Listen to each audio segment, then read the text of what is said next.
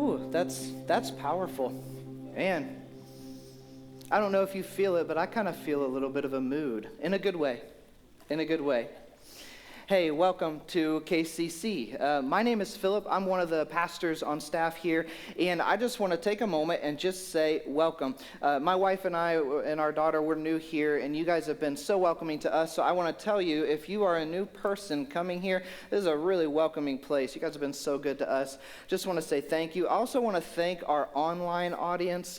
You guys have been troopers, because if you join us online, you know we've made a couple changes. We're trying to perfect what you see online to make it kind of like you're here in the room with us. So thank you for your patience in doing that. And we are actually currently right in the middle of this 4-week series that I think is pretty appropriately named, called What Next? Because if you've been around here, you know that there has been a huge transition that's happened at our church. We have Dave, who has been here for a really long time, over 2 decades, and he's transitioning out, and someone new is transitioning in. And I just want to tell you guys something. My wife and I, we do not take this lightly. This is a very serious thing for us. Yeah, we're fun-loving people. We like to joke around, but this is a serious, almost a holy moment. Not to get too churchy on you, but we are in church, so I just got to tell you, it's a holy thing for us right now to be a part of KCC. That's why I chose this sermon series. That's why I wrote this sermon series. That's why I decided to call it What Next? Because all of us need to know in times of transition, what is next? You've all experienced transition in your own life, and you always ask, what now? And for us, we're just kind of asking, what now, God? This series tackles a lot of the fundamental things that I think if you're new to church, you haven't been around church in a while, I really think this is a great time for you to come and just kind of see what kind of a place you're getting involved with. And just so you know, do you know what's really exciting for me right now? There's a lot of things that are exciting for me. But one of the exciting things for me right now as a pastor here is when people ask, and they do, a lot of my friends and everything, I've been in ministry for 10 years, so wow, half the time is Dave. Not even that. That's crazy. I hope he doesn't feel too old if he's listening. But half the time, sorry, we're trying to form that relationship, so hopefully that we're there. Otherwise, this will be awkward after. But we are in this season, and people ask me, they're like, "You've been in ministry for 10 years. Like, what are you doing?" And I can actually tell them exactly what I'm doing. Because if you haven't been in ministry before, you probably don't know this, but it is not always that way. If you have a ministry role, it's kind of ambiguous sometimes. For example, my very first church was in Rochester Hills, Michigan, okay? And that was 10 years ago, and my official title that was on like my job application, or my whatever you call it, agreement or binding agreement, I don't know. But it said youth and children's pastor. But what they didn't tell me was that also meant receptionist. It also meant pinch hitter for when the lead guy wanted some time off, and I'd get the fill-in for him. They definitely didn't tell me it meant weekly victim to ping pong tournaments with him. I played for 2 years against that man every week, and I never won a single time. And my family will tell you, I do not lose very well. I'm also a sore winner, I've been told, but that's a sermon for a different day when we talk about pride. But then they didn't tell me also that I would also be like a part-time handyman, and I'm like, I would say if you have like decently handy, really handy, not so handy, I'm like maybe right in the middle of here, like I can watch YouTube, okay? And then we call it in my house Philip Davis something, where it essentially goes, it's good enough, it's fine. All right, but throughout my time in ministry, I have just had some roles that were pretty concrete and some roles that really were ambiguous. And all of us have to deal with some ambiguity, but when you live there for a very long time, you get a little bit tired of it. And when we were looking to make this transition to here, we were living in ambiguity for 2 years out in California. We were just kind of fed up with it. So we're like, look, if we're going to leave, we love California, especially Southern California. Like, what's not to love except for the high prices and taxes and all that? So we were like, we really love it here. If we're going to leave, it needs to be like spot on. Like, I need to know what I'm going to be doing. I don't want this, like, we'll sort of come out, try to start this thing again we've done before, and I didn't want any of that. I wanted, like, here's concrete. You're going to come, and if I had my preference, I wanted to come and teach and lead. Like, I love vision. I love getting people excited about things. I love working with a team. I knew exactly what I wanted to do. And it was this job. Because there's a lot out there, but we didn't apply to everything because we wanted God to lead. And through just, you guys know some of our story, just some crazy circumstances, KCC pops onto the radar. And we end up coming here. And I love now when people ask, Philip, what do you do? Like, I get to be a pastor, one of our pastors at Kalamazoo Community Church, and I get to oversee our teaching and our vision and like helping take us into what's next and fulfill the mission of the church. And I love that. What about you? When people ask you what you do, what do you tell them?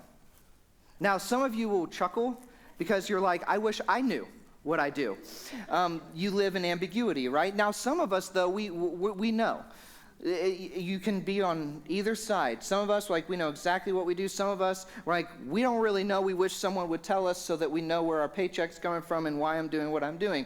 No matter where you're at, though, you hopefully have something that you could say, or we all at least crave to be able to say, we have one job. Like, this is our one thing that we do. And we hope that people think we do it really well, right? Now, this series, you guys, is not meant to be an insider-focused series, but we are talking a lot about what happens on the inside of Kalamazoo Community Church because it directly affects what goes on the outside. Because it is so important, especially during seasons of transition, to talk about what is going on. And honestly, you, as part of KCC, you have a right to know what's going on. This, I like to think of this series, this is more of a rally cry. For like, if you want to join something that I believe and our staff believes is going to be big for Kalamazoo, for Michigan, we think for the world. We're not saying being prideful about that. We just think when God's people move, he moves. And we want people to see God move in this county. And I really think, you guys, if you're new to church, that this can get you really curious about it, and I think it'll give you hopefully a breath of fresh air. Because the truth is, you want to know. You want to know what a place stands for, especially a church. With all the stuff going on in the world, you want to know where we stand. You want to know that you're coming to a place. What you really mean by that, you want to know that you're coming to a place that's authentic and real. You really do. You want to know that the place you're going to worship at, or at least check out what faith means, that it's kind, it's generous, and that it's real and authentic. And that what you see happen on some little platform is actually who those people really are in real life. And I hope you see that I can vouch for everyone up here that that's the case. Because all of us want to be part of something that adds value. Something that adds value to us, to our family, to our community, and to our world. And to do that, we've got to focus on what it is we're supposed to do. We have to focus on our main tasks. We already know what our mission is. If you were here last week, if you didn't catch that, go online and watch. That way you can kind of follow along. I promise, at least I hope it's not too boring for you. But go online and just watch, and you'll see last week our mission is to help people find and follow Jesus. We're to make disciples. If you're a Christian. If you're not, you're kind of off the hook for right now. But if you are a Christian, that is your job. It's our job as the church. And culture matters, doesn't it? The culture in which we are going to make disciples, it matters. The culture of the place you work, your house, but your church matters. So what is the culture of KCC, of Kalamazoo Community Church? What is it going to be? Because it can be easy with the things that you see in the media and the things that you've maybe heard, or the things that if you're just starting to check out church again, you've experienced, and that's what drove you away. Because you want to make sure that those kinds of things aren't going to be repeated. And it can be really easy to kind of shut it off, but you're curious, and culture matters. And within our culture, it can be easy to be pulled one way or the other. And Paul, there's a guy in the Bible named Paul. He started a bunch of churches really well, and he knew what this was like. He knew that culture matters. So imagine this, okay? Just think about this scenario. You are a small town person, and you've always dreamed of just going and traveling the world and doing a bunch of cool stuff that in your mind, like, that would just really make a difference in the world. You're real excited. And in this time, imagine the equivalent of like a real life version of Indiana Jones calls you up and says, hey, You want to come? You want to join me? And you're like, absolutely. And you travel around, and this person's training you. You're learning all this stuff on like how to do what he does. And then you end up going to this one place that just drives you nuts. The people there are so ungrateful. They're so annoying, if you're being honest. And when you get there, you and this great traveler, you're like, I'm not even unpacking my bags because these people are ungrateful, and I cannot wait to leave. And then right when you're about to leave, he looks at you and goes, what are you doing? You're staying here. I'm leaving. Good luck. That is sort of what happens to this young guy in the Bible named Timothy. And I love how Timothy develops over time. And this famous traveler was none other than the famous Apostle Paul, who finds this young guy and said, I'm going to mentor you and show you how to start churches all across where we are, like places you've never even dreamed of going. And then they end up at Ephesus, where Timothy can't wait to leave, and Paul goes, you're going to stay. He doesn't say good luck, though. He says, I'm going to encourage you and equip you along the way. Ephesus had issues, you guys. Like the city was just problematic in general, but Ephesus had issues in that the church there had issues. For example, one of their leaders he helped imprison Paul. I am so glad that our previous pastor has not tried to frame me for something yet. But this prominent leader helped imprison Paul. And even though Paul ordered those corrupt leaders to leave, they stayed. He's in prison. What's he going to do? And they continued to make this young man, Timothy's life, absolutely miserable. Just so you know, I'm not saying KCC's a parallel to Ephesus, just so that's out there, okay? Trust me. It's not. But Timothy is pretty intimidated, and he's young. And Paul writes him 2 letters that we know of. 2 that are recorded. 1 Timothy, which we talked about actually a couple weeks ago. And this letter we're going to talk about today, 2 Timothy. And here's the thing, they didn't have iPhones back then. Can you imagine? I know, some of you are like, I can't imagine, all right? I can't, all right?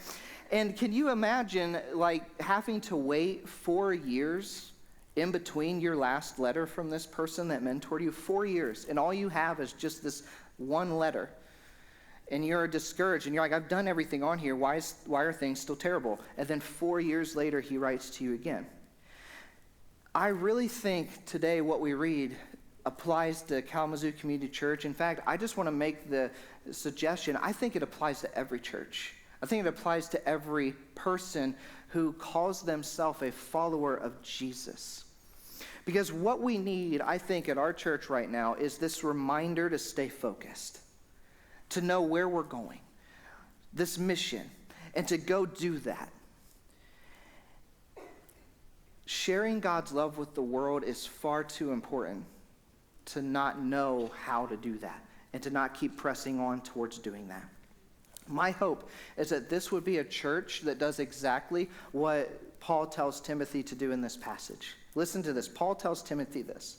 In the presence of God and of Jesus Christ, who will judge the living and the dead, and in view of his appearing in his kingdom, I give you this charge. Preach the word. Be prepared in season and out of season. Correct, rebuke, and encourage with great patience and careful instruction. Just preach, man. Timothy, I know you're discouraged. Just preach. You do it in season when it's popular. You do it out of season when people want to stone you because you're doing it. You just preach and you stay faithful because you know what Jesus said and you know that he is with you. Your main job, Timothy, is preaching to those around you. You know, this is one of those passages, it was so special to me, that Dave read over my family as he passed me the baton of leadership just 3 weeks ago. And I think it's so fitting. In season and out of season. Timothy, there's going to be times when it is popular. There's going to be times when it rubs people the wrong way. But you don't get distracted and you go after it and you preach the word, man. Amen. I love CrossFit. I just got to tell you. Now, don't make fun of me too much because I know what you're going to say. Well, how do you know if someone does CrossFit? Because they tell you they do CrossFit, okay? That's true. Thank you. Got one. We got one. We're always louder too, right? All right. No, here's why I love CrossFit, okay? CrossFit started as this philosophy of working out. And I love it because it kind of marries the nutrition part and the physical part. But what it does that a lot of other kind of workout philosophies don't is it puts it under the context of community. Like you do it, you suffer alongside one another. There's this phrase that some will say, like, but did you die? It means like, was it hard enough where we almost died together? Then it wasn't good enough. Let's do it again. But what I love about CrossFit is it started as this philosophy, but it became a sport. And it's this crazy, like it's growing. It was actually on, and I know you're going to say, look, football's been on ESPN forever. CrossFit finally made it this year. Okay, we're a little behind. But what I love about it is every year there's this championship. They call it the CrossFit Games. It's kind of like CrossFit Super Bowl. But the main sponsor for the sport is a new brand of athletic wear that I love called Noble. I just like the sounds of that. Noble. All right? Don't fill in the blank, please. But what I like is one of their slogans is this: no shortcuts, no gimmicks, no excuses. I love that. Because I think that is exactly what Paul is telling Timothy here. I think that's what he's telling followers of Jesus today. No shortcuts, no gimmicks, no excuses. Just stay faithful. Just stay faithful. I've watched too many churches or even just Christians try to take a shortcut. You've watched people do this. It doesn't matter if you're a Christian or not. You've watched people take shortcuts to get to where they want to go, and they devalue people along the way. They run them over. We can't do that. In love, Paul urges Timothy in his preaching, be patient and instruct carefully. We always miss that part. Be patient and instruct carefully. He's telling him, season your words, Timothy. Don't speak in ignorance. Don't speak in arrogance. You speak and you preach the correct version of Jesus. And what is the correct version of Jesus? I'm going to tell you something that I heard recently that I think is genius. Here's what Jesus did. He didn't draw lines. He drew circles. And what he did is he invited people into those circles that were safe spaces to even disagree with him. Did everyone accept what he had to say? No. Did they feel valued by him? Yes. I think that's the difference. He didn't draw lines, he drew circles. We must stand on what Jesus teaches as a church. You, if you're a Christian, you must stand on what Jesus teaches. But you do it out of respect and love is what we are commanded to do. You picture yourself as young Timothy. Your opinion, our opinion, my opinion does not matter. What matters is that love come out. What matters is that we stand on what Jesus teaches and that people are almost intoxicated by that because of how faithful we are, at the same time being loving to those around us. There's a lot of hot button issues today. How's KCC going to respond? How's our church going to respond? I'll tell you how, by just preaching. In season and out of season, we will stay faithful. When it's really well received, and when it's not so well received. But do you know what we're going to do? And this is why I think we're going to be different. We're going to do it all in love. We're just going to be kind. See, the issue with Ephesus, and this is an issue today, a lot of people wanted Timothy to just tell them that what they were doing was okay with God.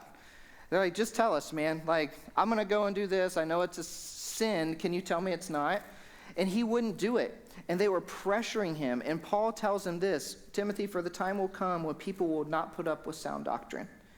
Instead, to suit their own desires, they'll gather around them a great number of teachers to say what their itching ears want to hear.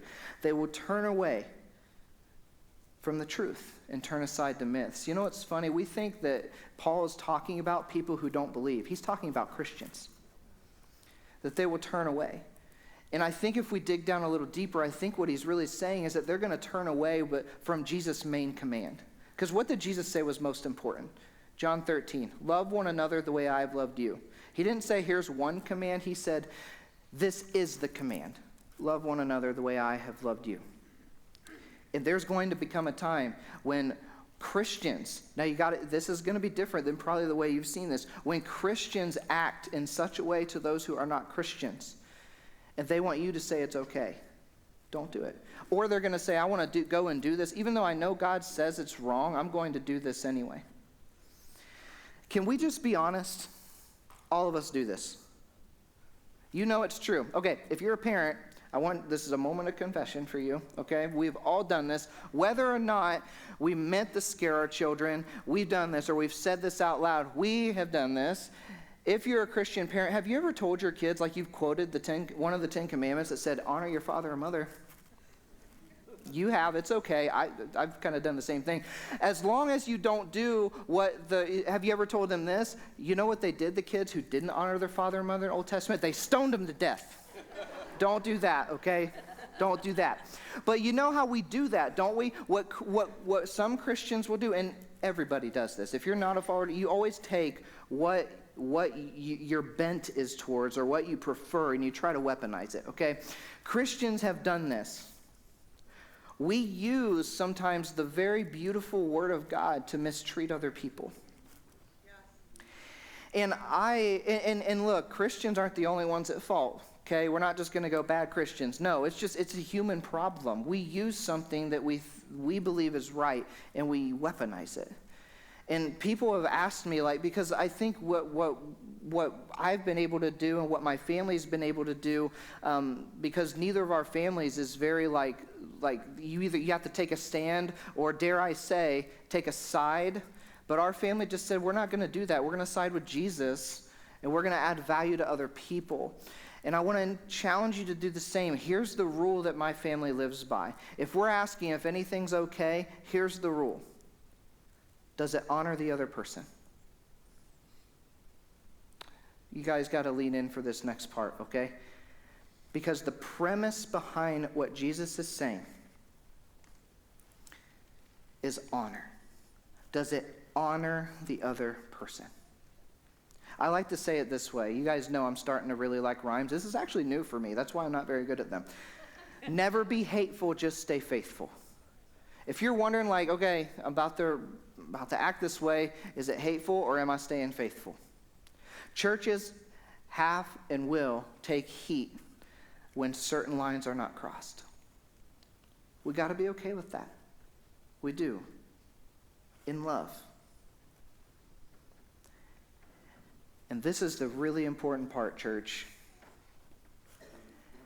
Every time you take heat for what you believe, Paul tells you how you're supposed to respond when things get dicey, because they will.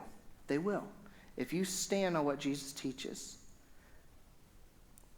you're not going to be the most popular person in the room sometimes, and you'll take some heat. And this is going to stretch you, what Paul says. Don't get mad at me. I'm just a messenger, remember. It stretches me too. Because when we face opposition for our beliefs, do you know what Paul tells young Timothy to do? But you keep your head in all situations. Endure hardship. Do the work of an evangelist. That just means do the work of Jesus. Discharge all the duties of your ministry. Another translation says it this way: keep a clear mind. Another translation says, always be sober-minded. Endure suffering, do the work of an evangelist, fulfill your ministry. Keep your mind straight, Timothy. Keep your mind straight, follower of Jesus. Do not waver. When friction happens, our minds get foggy, don't they? Parents, you know this all too well. There is a difference between reacting to your children and responding to your children. In marriage, there is a difference because arguments do happen every now and then, don't they? Yes. There is a difference between reacting to your spouse and responding to your spouse. What is a reaction? It's instantaneous. A reaction can be good when your child's about to run out in traffic and you react by grabbing them. You don't want to stop and think about the best way to grab them. You just do it. But most of the time, a response is what is needed. A response that goes before God and says, you tell me how I'm supposed to respond, not the way I feel like I'm supposed to respond. It is so much more thought out. When you are new in marriage, I know we have some people that are new in marriage in this room, and we have some people that have been married for a really long time. You guys all know this. If you're new in marriage, if you have something you're kind of annoyed about by your spouse, what do? You sort of hint. The power of suggestion. You try to be kind about it. You skate around. You might even have a little family meeting. You like journal about how you're going to do this. You've been married a while. You just say, that really annoys me. Please stop. Like all the grace goes out the window. You're like, you are the most annoying person when you do this. It changes, doesn't it? And while that's funny, we sort of just start reacting instead of responding. We do that in our culture. We do that with our children. We do that with our spouse. We even do that with, if we're not even married. If you've been in a relationship for a while, you probably do that. There's a difference. The posture of our church, I pray, you guys, is one of gentleness, humbleness, and upliftedness. In fact, any person who makes up any form of leadership here, that's an expectation to walk in that. My heart's desire is that we will commit to being a church that will unashamedly preach the gospel of Jesus and be kind.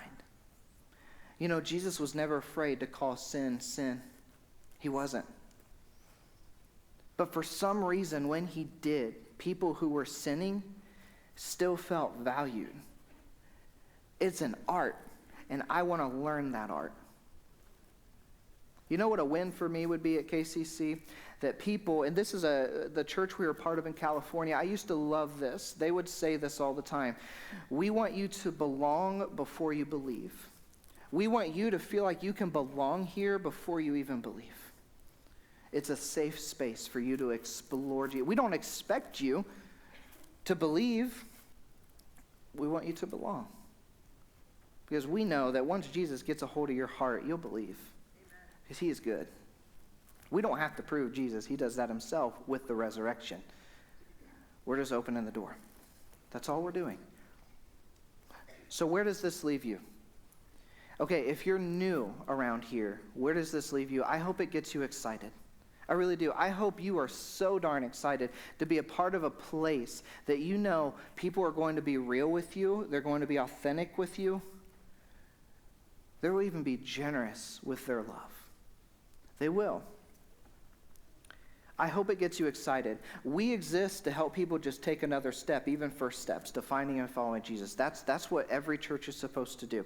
And I hope and pray that we do that well. Will you guys join me in that? Will you do that with me? Lots of recent studies have been done on all the generations. Don't you love being studied by whoever they are that determines the generations? It's fun, right? Yeah, millennials, boomers, Gen Z, we love being under the microscope. But here's what we know from these studies. There's actually some really good things that come out of them. Did you know that people are finding that, especially starting with the millennial generation, they actually want to go to a place that is real, that is authentic. They actually prefer to go to a place of worship, a church, that might even disagree with some of their political stances that they have. Because as long as they're being true to what they know is true, that earns respect. Because you're not going to waver, but you're going to be kind about it. They actually want that. They want even the debate. If it's done in love, man, that's a beautiful thing. And then the younger generations. It's just, this blows my mind because you parents, you might think you're failing because your kids aren't interested in church. Let me tell you something. If at the end of the day, if your kids, when they're grown and gone, if they can say to themselves, even if they aren't walking with Jesus now, and I know that's some of your story as a parent, if they can look back and say, you know, but mom and dad, I know they believe what they believe. You might have planted a seed there that you might not ever see fulfilled, but it will be. You've done your part. So take courage, parents, because do you know what the younger generation really wants? They want to be a part of something that gives them a sense of community. And by community, I mean a place where they can belong. And it starts in your house. Starts around your dinner table. It starts around this conversation when your kid comes to you and says, Mom, Dad, I'm not so sure. And how you lean in that moment can make all the difference.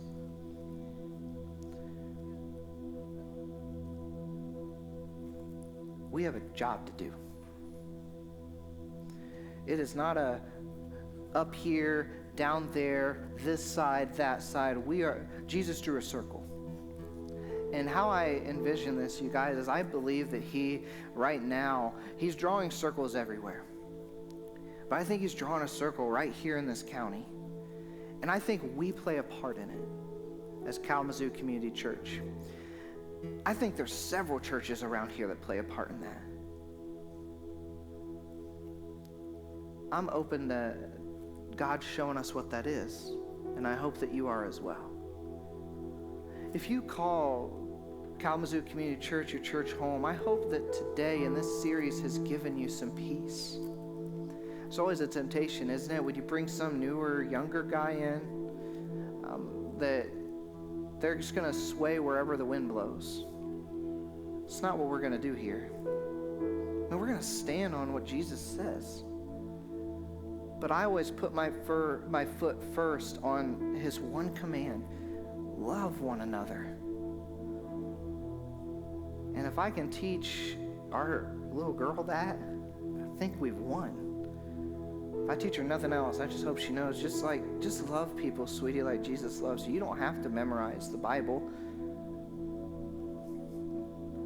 Just love people. Stand on what you believe and just trust God with the rest.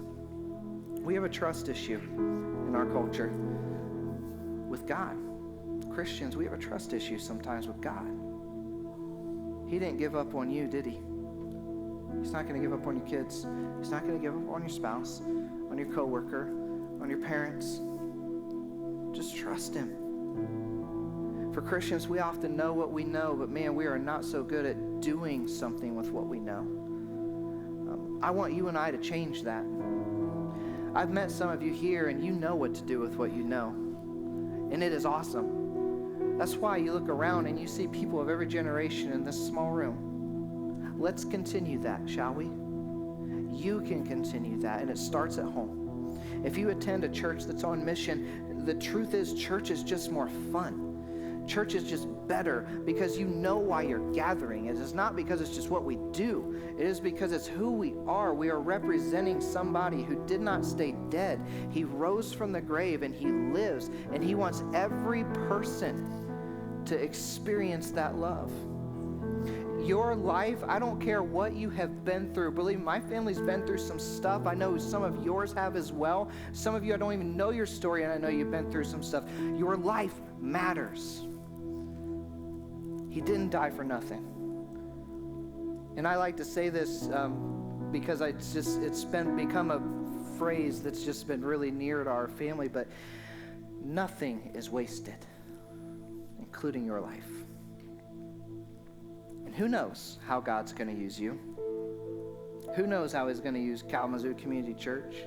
Because I'm sure these churches that Paul wrote to 2,000 years ago had no clue that some church that has these things called iPhones and computer screens was going to be talking about this. The impact will be felt for generations to come. And you play a part in that, and I play a part in that. We are just part of an ongoing legacy, and I am glad to be joining you in that. So let's stand and let's sing to our King.